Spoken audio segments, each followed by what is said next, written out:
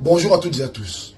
Je suis Rostand Michael Ngonga et là, le candidat UDB du deuxième siège des Gabonaises et Gabonais de l'étranger. Arrivé en tête au premier tour avec près de 40% des suffrages.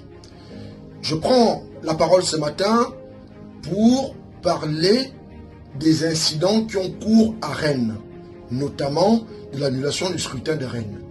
D'aucuns disent qu'ils n'ont pas vu la délégation UDB à Rennes et que ça aurait une incidence ou un lien avec l'annulation du bureau de Rennes.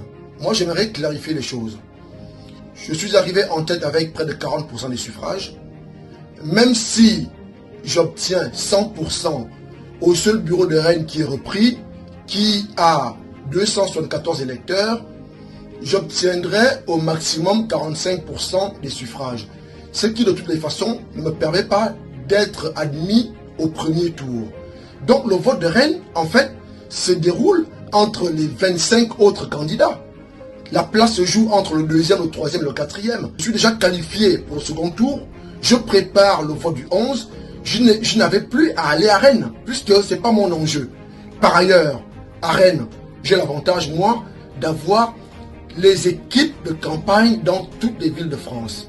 J'ai donc une équipe à Rennes qui travaille depuis plusieurs jours, qui prépare cette élection depuis plusieurs jours.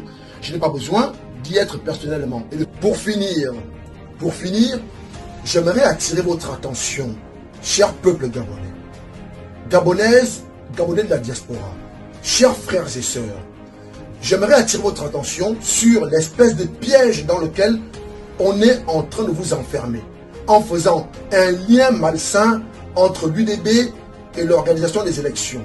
Je le dis très clairement, je le dis en vérité. En tant que candidat UDB, je ne suis ni la CER, ni la CNOSER, encore moins la commission consulaire électorale. D'ailleurs, moi-même j'ai appris via un communiqué de la Voix TV sur Facebook que le vote à Rennes était annulé. Donc je n'ai pas plus d'informations que les autres candidats. Je suis au même niveau d'information que les autres candidats. Donc attention à ces pièges dans lesquels on veut nous enfermer. Je refuse cet état de fait. Je vous remercie.